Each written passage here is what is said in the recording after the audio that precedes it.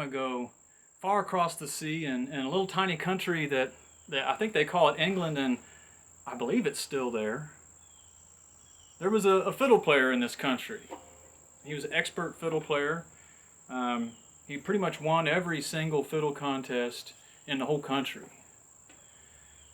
He had even won this special fiddle contest where the prize was a little gold fiddle.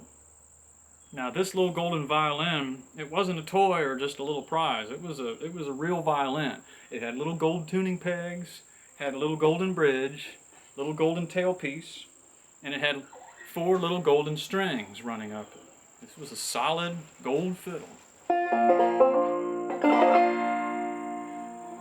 Once he won that, he figured he might hang up his hat and quit all that fiddle playing. And he needed to get married. He'd been single his whole life. So it's time for him to get married. He went hunting around and he found a real good woman and decided that he liked her. Asked her if she'd marry him. She said yes. They got married. On their wedding night, he turns over to his pretty young wife, his new wife, and he says, "My dear, where would you like to go on our honeymoon?" She said, "Wow, I never really thought about it." She said, "You know, I've never been out on the water before, and I'd really like to take a cruise on the sea." He says, "Okay." So that very next day, they booked passage on a little ship that was bound from Dover all the way up to Scotland, and they got on the boat and they went. That very first night out on the sea, the little gold fiddler starts talking to the sea captain, and the sea captain invites him back in the cabin late that night for some drinks. So the old fiddler and the horny young sea captain are sitting there. They're having a few drinks. Hell, I've got one. They're having a few drinks, and wouldn't you know, they start talking about women, as men are wont to do. Anyhow, the young horny sea captain says to the little gold fiddler, he says, "I see that you just got married, but you know, I never would do that. I never would get married because why bother? I can have any woman I want."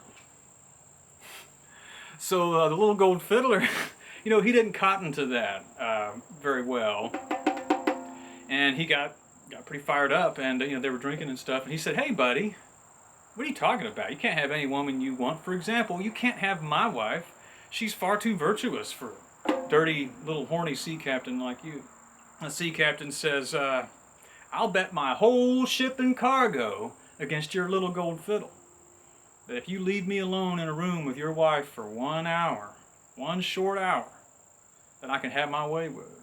Now, I mean, that's some rough talk, y'all, but you got to understand, this took place back in about 1701. So, women in them days weren't treated with the respect that we would treat our women now.